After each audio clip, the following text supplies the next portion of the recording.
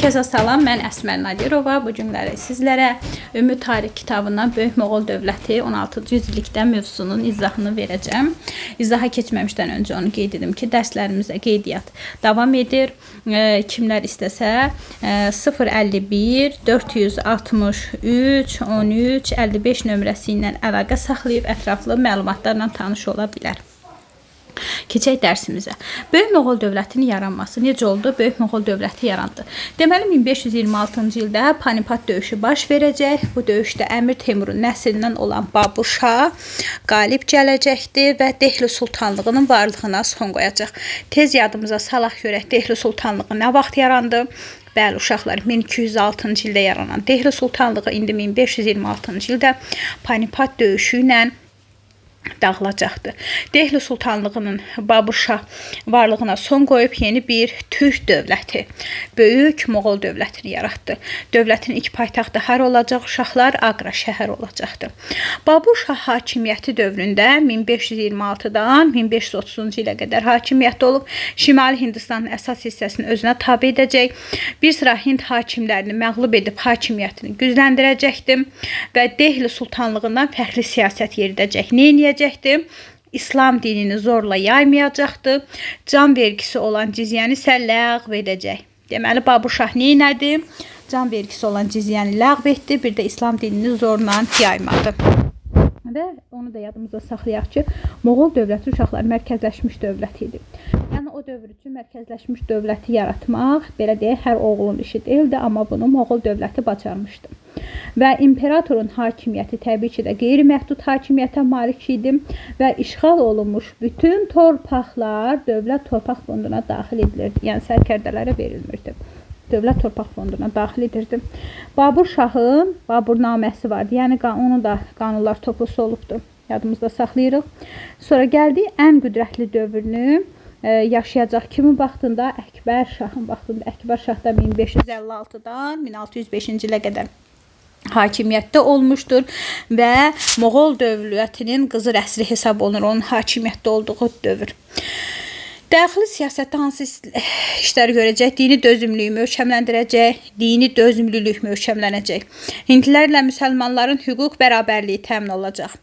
Sonra vahid qanunlar qəbul edəcək bütün ölkə üçün. Vahid çəki ölçü pul sistemi tətbiq edəcək.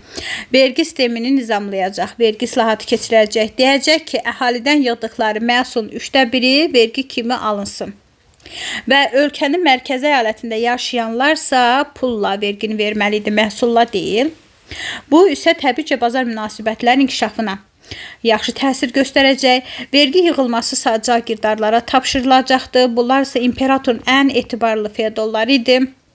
Hər bir cagirdar yığdıqları vergi hesabına muzlu qoşun saxlayırdı, döyüş filləri saxlanılırdı. Əkbər Şahın tədbirləri daxili sabitliyi təmin edəcək, yəni bir sözlə onun dövrü yaxşı bir dövr olacaqdır.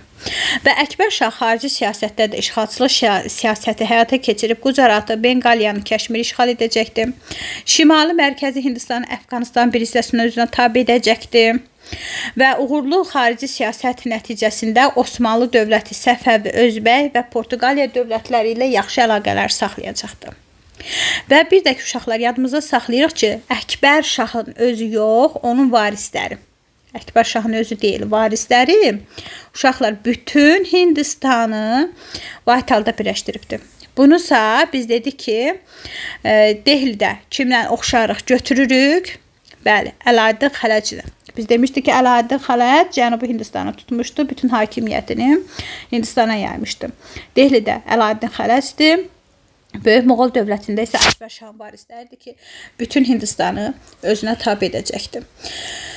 Və deyirik ki, cagirdarlar əslində irsi torpaq sahibləri deyildi. Onlar özdə qaldıqları bir ərazidə müvəqqəti belə deyək də yaşayırdılar. Tez-tez onlar öz iş yerlərini dəyişmək məcburiyyətində idi. Ancaq Əkbər Şahın varisləri sərt bir siyasət yeridəcək ki, onları irsi torpaq sahibinə çevirməsinə imkan verəcəkdir və onlar qaldıqları yerdə möhkəmlənəcəklər. Bu da mərkəzi hakimiyyətin zəiflənməsinə gətirib çıxaracaq. Nəticədə də yüzlərlə müstəqil hakimlər meydana gələcək ki, bu da 18-ci yüzillikdə Böyük Moğol dövlətinin dağılmasına səbəb olacaqdır. Belə uşaqlar, indi dediklərimizi bir dənə də ümumiləşdirək. Əslində nə dedik? Moğol dövləti nə vaxt yarandı? 1526-cı ildə kim yaratdı? Babur-Şah yaratdı. Moğol dövlətinin paytaxtı hara idi? Bəli, Aqra şəhəri dövlətin paytaxtı olmuşdu. Ən belə qüdrətli dövrünü kimin dövründə yaşamışdı? Əkbər Şahın dövründə yaşamışdı. Bəs hökmdar olaraq hansı hökmdar idi ki, dedi ki, can vergisi olan cizyəni ləğv edəcəkdi, İslam dinini zorla yaymayacaqdı. Bu da bəli, deməli, aid olacaq Babur-Şahın dövrünə. Sonra vahid qanunlar toplusu kimdə idi? Bəli, bu da Əkbər Şahda idi. Əkbər Şah vergi islahatında nə edəcəkdi? Dedi, əhalidən yığdıqları məhsulun 1/3-ni vergi kimi alacaq. Mərkəzi əyalətlərdə olan kəndlərdən vergini pulla alacaqdı. Bu vergiləri yığan şəxslər necə adlanırdı? Bəli, cagirdar adlanırdı. Bəs Əkbər Şah xarici siyasətdə işğalsız siyasəti yeridib hansı əraziləri tutubdu? Deyəcək ki, Qucaratdır, Benqaliyadır, Kəşmiri tutacaq. Bəs hansı dövlətlərlə dostluq əlaqəsi saxlayıb? Osmanlı, Səfəvi, Özbək və Portuqaliya ilə.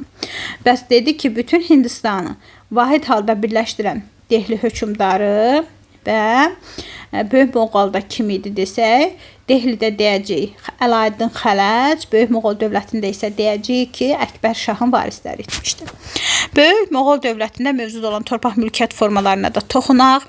Dövlət xalisə torpaqları var idi ki, bu dövlətə məxsus torpaqlar idi və biz demişdik ki, dərsin əvvəlində işğal olmuş bütün torpaqlar dövlət torpaq fonduna daxil edilirdi ki, bu da xalisə adlanırdı. Uşaqlar, gəlin yadımıza salaq görək, xalisə torpaq mülkiyyət forması Azərbaycanda ilk dəfə nə vaxtdan keçirilib? Bəli, 9-11-ci əsrlərdə ilk dəfə tətbiq olunmuşdu Azərbaycanda. Bəs cagir şərti torpaq mülkiyyəti idi, yoxsa irsi? Bəli, cagir şərti torpaq mülkiyyəti idi.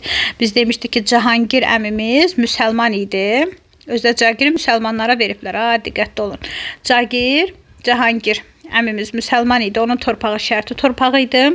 Və cagir torpaqları əsasən xalisədən, yəni dövlət torpaqlarından verilirdi. Amma iqtadan fərqli idi.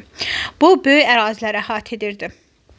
Cagir torpaqları böyük ərazilərə əhatə edirdi iqtadan fərqli olaraq. Zəmindarlıq hindlərə aid idi. Zəminə xalamız hindli qızı idi dedik. Zəmindarlıq hindli idi. Tabe edilmiş və xərac verən Hind knyazlıqlarının şəxsi torpaqları idi.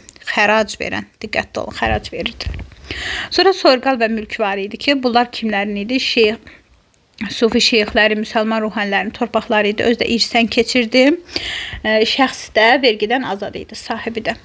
Bu soyurqalın mövcud olmasını Qaraqoyunlu, Ağqoyunlu və Səfəvi dövləti ilə də oxşarlıq təşkil edirdi. Qaraqoyunlu, Ağqoyunlu da daha belə deyək, geniş tətbiq olunmuşdu. Səfəvilərdən məhdud idi.